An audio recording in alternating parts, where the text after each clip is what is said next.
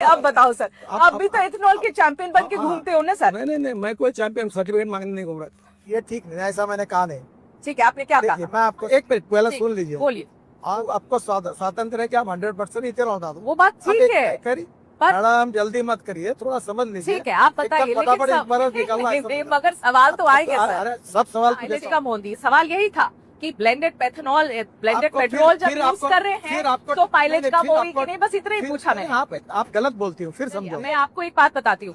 मेरे एक गाड़ी जो मैं इस्तेमाल करती हूँ वो पेट्रोल की है, और मैं आपको ये बताना चाहती हूँ 2023 के बाद खरीदी हुई, 2023 में खरीदी हुई गाड़ी है। मैं अज्यूम कर रही हूँ कि E20 कंप्लायंट होगी सर। मेरी गाड़ी पहले मुझे एवरेज लगभग 10 से 11 दे रही थी सिटी के अंदर, वो गाड़ी मुझे 7 की एवरेज दे रही है, और मुझे समझ में नहीं आ रहा कि गलती कहाँ करी है हमने। वही ट्रैफिक है, वही रोड है। आपने एवरेज कैसे चेक किया? सर हम तो माइलेज के हिसाब से ना, जैसे हमेशा चेक करते हैं वैसे चेक करते हैं। तो आप मुझे, मेरा ड्राइवर ही चेक करके बता रहा है माइलेज।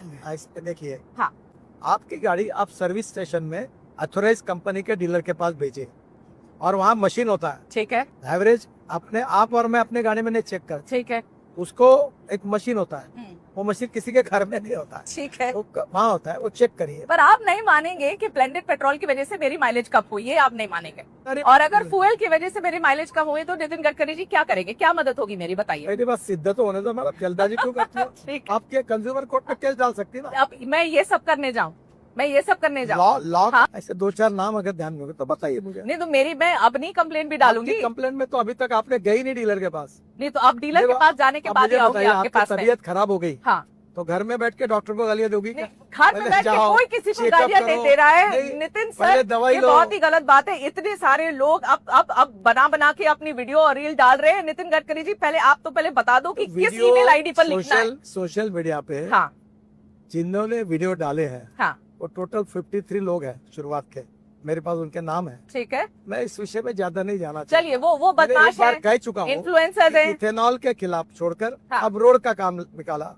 अभी रोड में गड्ढे पड़ रहे करके फोटो डाल रहे हैं। यहाँ तक पूछना पड़ेगा आपसे, वो भी पूछना ही पड़ेगा आपसे। गड्ढे तो थे ही, अरे भाई कोई नहीं जान के बना दिया क्या किसी ने?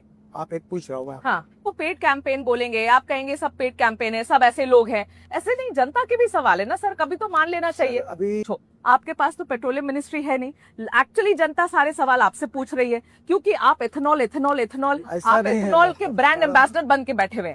सर इसके बावजूद भी पेट्रोल के दाम कम क्यों नहीं हुए? सवाल ये है। ये सब सवाल आप पेट्रोलियम मिनिस्टर को पूछो। ये बढ़िया है। अभी आप देखो, आप क्या करती है? हाँ। आप तबला रग्गा बजाती है। अरे क्या तबला बजाती हूँ? आप अभी मुझे पूछ रहे हैं कि तुम पेट्रोलियम मंत्री हो गए, ये भी तुम बोलोगे, और फिर मुझे सवाल पूछते हो जवाब। तो सर आप